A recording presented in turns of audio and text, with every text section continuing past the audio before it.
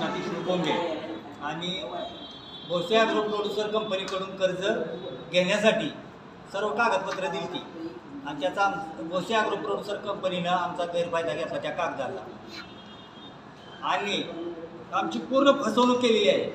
Bhose agro producer कंपनीच्या पूर्ण संचालकांनी आणि अध्यक्षांनी कमिटीने पूर्ण आणि त्याची पूर्ण चौकशी व्हावी आणि आम्हाला न्याय मिळवून द्यावा. कृष्णा विष्णू बोंगे यांना मला स्वतः ₹1 पेमेंट मिळालेलं नाही व माझ्या भावाला दगडू विष्णू बोंगे आज तो नाशिक ट्रेनिंग सेंटरमध्ये ट्रेनिंग घेतोय. त्याचेसुद्धा पैसे कुणी भरले गपचूप जाऊन बँकेतून त्याचंही आम्हाला पुराव्यासकट व्हिडिओ शूटिंग तिथलं स्टेटमेंट हे सगळं मिळावं आणि त्या माणसावर कायदेशीर कारवाई व्हावी ही आमची मागणी. विचारल्यावर त्यांनी काय सांगितलं बँकेत? त्यांनी ते आम्हाला म्हणाले की आम्ही वरिष्ठ अधिकाऱ्यांना विचारतो आणि आम्ही तुम्हाला सांगतो मग देऊ.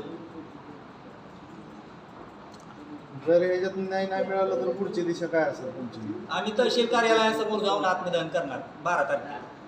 नाही जर आम्हाला न्याय मिळाला तर आम्ही तहसील कार्यालयासमोर जाऊन 12 तारखेला जाऊन तहसील कार्यालयासमोर जाऊन आम्ही आत्मदहन करणार.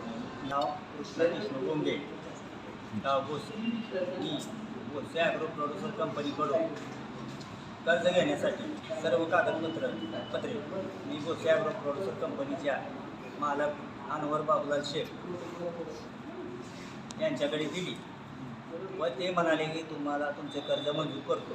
पण माझं कर्ज त्यांनी मंजूर केलेलं नाही आणि आम्हाला म्हणाले ते की तुमचं कर्ज मंजूर झालेलं नाही व परस्पर त्यांनी ते पैसे घेऊन आमची फसवणूक केली.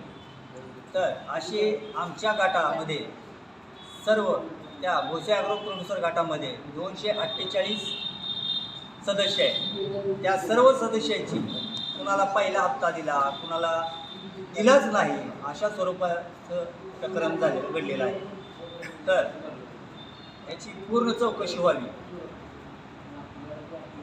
248 जणांचे 1,40,000 4 कोटीच्या आसपास फसवणूक झाली.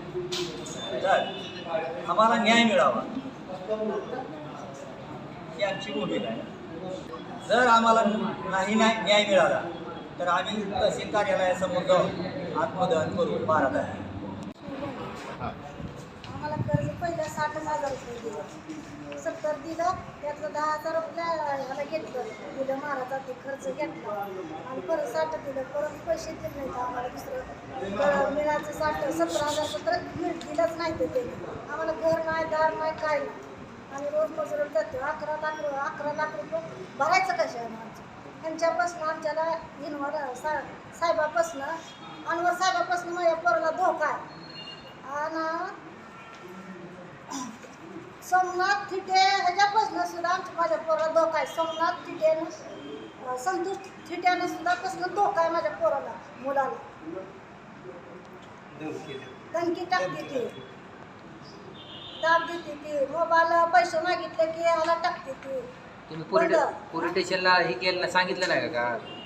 मी पोलीस स्टेशनला सांगितलेलं आहे. हां परत ती बघूच म्हणते ती काय सुद्धा इलाज नाही ना. गपची बसते मोबाईल बंद करून टाकते. असं याने गप असं वाटते त्यांना समजेल. हे प्रकरण दाबण्यासाठी त्यांनी बरेच करावं लागेल काम चालू आहे त्यांची. आमच्या नावाखाली कर्ज उचललं तिने आम्हाला एक चांगलं माझ्या नावावर झालं दिला बँकेत आणि मंथली नावावर बी हप्ता ऑनलाईन काय नाही फसवणूक केली. आम्हाला नोटीस येते ते पैसे भरा त्या दिवशी आम्हाला 5 कोटीची नोटीस दिली. ते किती आहे कर्ज? किती आहे तुमच्यावर कर्ज? किती जी काय 15 नावावर आहे तेवढं दाखवलं 15 लाख.